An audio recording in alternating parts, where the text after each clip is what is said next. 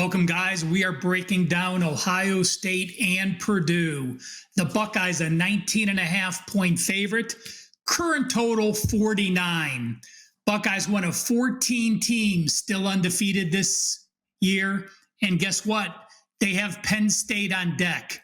Now, I like Purdue first half. So let me go and say this. I wanted to go and look how teams playing the week before having a top 10 opponent. And I was very surprised. If you are a top 10 team with a top 10 team on deck, and you're a home favorite laying 13.5 or more, so you're a 2-touchdown favorite. Home favorites have only gone 45.2%. Makes perfect sense. Hey, I'm at home. I got to look ahead. I got a top 10 team.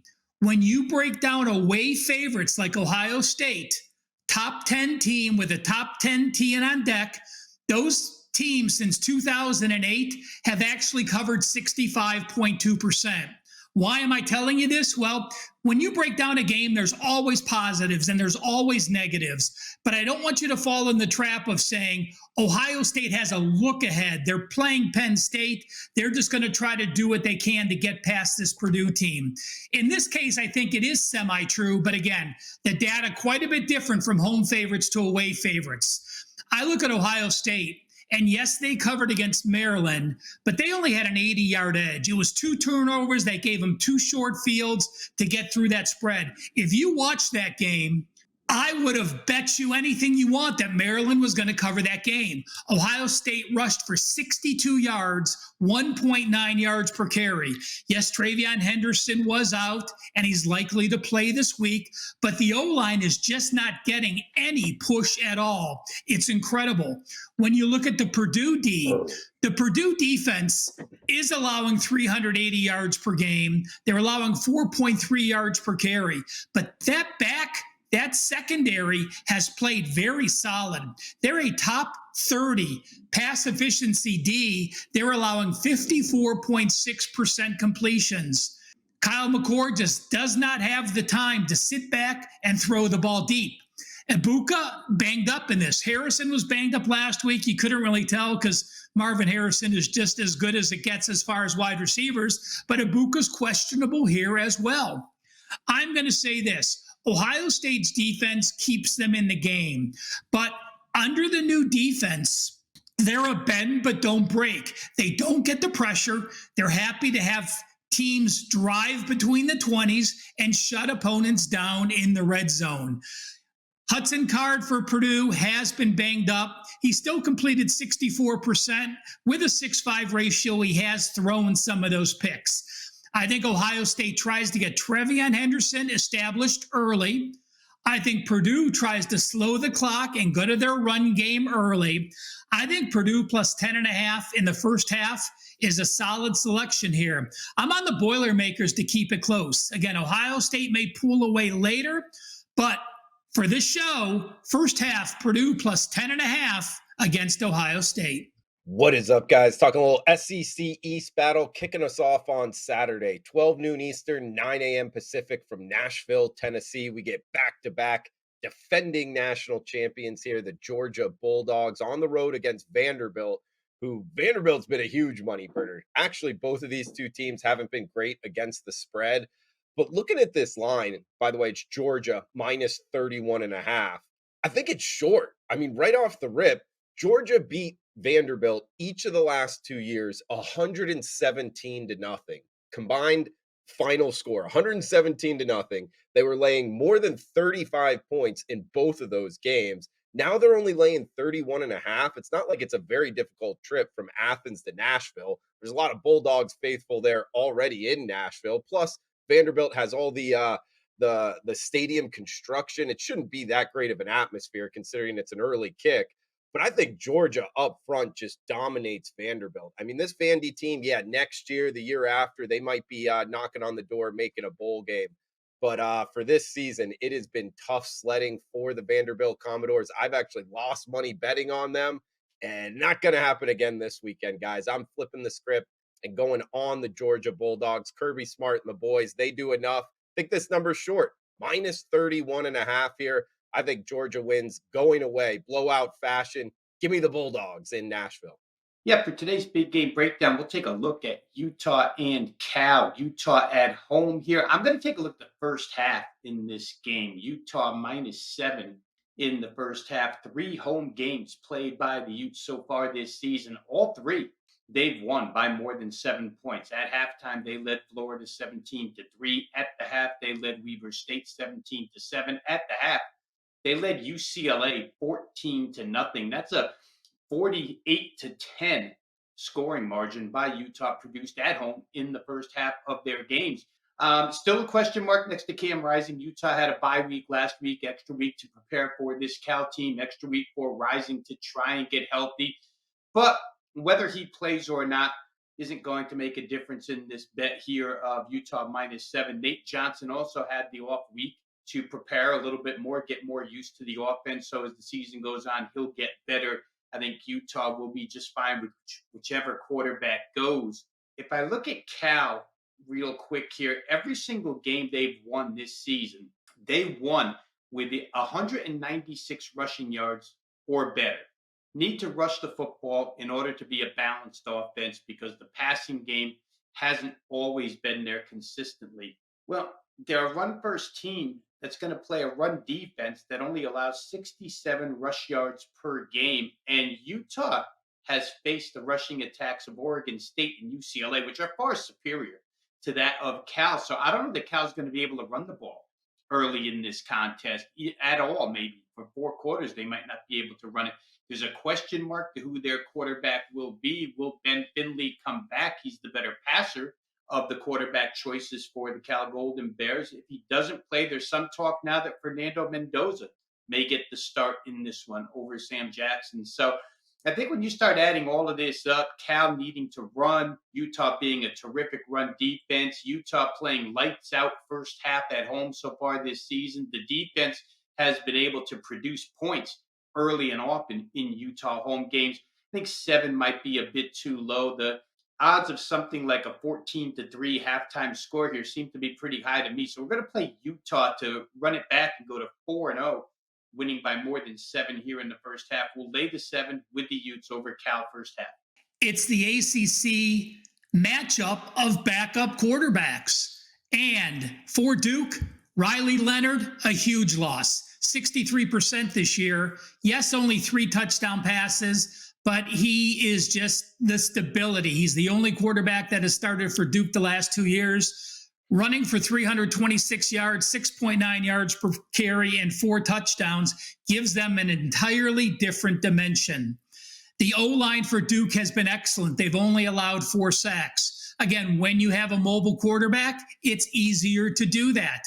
Now, Leonard hurt his ankle, the final play against Notre Dame, or the final series against Notre Dame, and he's likely not to play. Henry Beeline, the fourth, took over. He's played in 2 games this year. He's gone 8 for 8, not bad stats, but Duke is going to run the ball. Listen, Beeline now is playing NC State. It's an entirely different situation than playing mop-ups against Lafayette and mop-up against Connecticut. The Duke defense, I like this defense. It's impressed me. They're holding foes to 297 yards per game. Notre Dame, again, on the road, still holding Notre Dame to 323. They held Clemson to 374. And in between that, against inferior foes, they've done exactly what you had to, holding Lafayette, Northwestern, and Connecticut to an average of under 240 yards per game. You look at NC State, Brennan Armstrong. I mean, I don't think I've ever seen a quarterback fall off as much as he did. Let's go back to Virginia, 2021. Armstrong, 4,444 yards, 65% completions, a 31-10 ratio. Armstrong last year, 55%, a 7-12 ratio. Transfers to NC State, starts the first few games, a 5-6 ratio, now gets benched. MJ Morris made the start last game against Marshall. He started 1 of 7, ended up 17 of 32. They ended up gaining 401 yards, so they had a nice performance, 136 on the ground and 4.0. But now MJ Morris making his first road start, an entirely different dynamic. Yes, we have 2 backup quarterbacks. Yes, we have 2 defenses that are in the upper half, holding foes to below their average. In fact, Duke, number 30 in the NCAA, holding teams 55 yards below what they normally average. NC State right in the middle, number 60 on defense. On offense, Duke is number 92. They're averaging 18 yards per game less than their opponents normally average. Duke, on the plus side, number 38 in the country, but again, that was with Riley, who we're not going to see now. I think this game is just a plain old 2 young quarterbacks early in an ACC season wanting to run the ball. We're already a run-heavy team. NC State averaged 37 rushes. Duke averaged 36 rushes, and I think those numbers expand. I like Duke even with Leonard not playing this game, laying the 3.5. But the 45 to me seems a very fair number in this situation. Both defenses better than offenses. A quarterback making his second start and first road start against a quarterback making his first start. Under for me in Duke NC State. But I'm going to go back to the well here with these South Florida games over the total. It's 3 consecutive weeks where they've gone well over the total. Don't know why you would want to change up here. The last 3 games USF has played have totaled 71, 74, and 91 points. Aside from that flukish 17-3 Alabama game where there was a weather delay, where Alabama was experimenting with quarterbacks, and Bama does happen to possess the number 19 defense in the nation. Other than that, South Florida games have all hit 62 points or better. If you want to discount FCS Florida A&M in that contest, then 4 of the other 5 games, aside from Alabama, that were played against FBS opponents, South Florida games are averaging 75.3 per contest. Here, the total is 59. South Florida, again, we'll go over this. Second fastest tempo in college football right now amongst FBS teams. Alex Golish, the head coach here, worked under Josh Heupel, for those who don't know. 5 years at Central Florida and Tennessee, and he's brought that offense with him here. Right now, South Florida averages 79.8 plays per game. They run a snap every 20.7 seconds. Their games right now are averaging 149 plays per game. So you're going to get plenty of plays, plenty of possessions, plenty of scoring opportunities, always what you're looking for when you want to play over. Florida Atlantic, under first-year head coach Tom Herman, hasn't had the point production thus far that they would like to have. There's a few reasons for that, but they are playing fairly quick themselves. Number 24 in the nation, 24.2 seconds per play. So they're not against going quick, much like South Florida is. They lost their number 1 quarterback, Casey Thompson, 3 weeks ago. Here's where Drew comes into play here, because the backup here, Daniel Richardson, has now started 3 games. His 4th Daniel Richardson has played at Central Michigan. Now he's played 3 games for this. And defense is heading to this. He's already the defenses of Clemson and Illinois. And before that, actually, Florida Atlantic. So they played some considerably tougher defenses than the one they'll face here in South Florida. Last week against Tulsa, Richardson did have his best game completion percentage-wise, completing 64% of his passes in somewhat of a step down in defensive class. I think in the end, the FAU defense, which is allowing almost 394 yards per game, and I bring that up because when you look at the schedule of offenses that they've played and realize that they're giving up almost 400 to the likes of Monmouth, Ohio U, Clemson, Illinois, and Tulsa, and this is obviously the best offense or the most challenging offense they'll have played thus far this season. It's certainly going to be the fastest. None of those other teams that FAU has faced this year rank in the top 50 in tempo. I don't know that they can simulate it in practice. So it's a very different animal for FAU on defense. However, as I mentioned earlier, it's a different animal for them on offense as well. This will be a substantial step down in class for Florida Atlantic offensively. And I think Daniel Richardson and company will have their best game of the year as far as point production is concerned.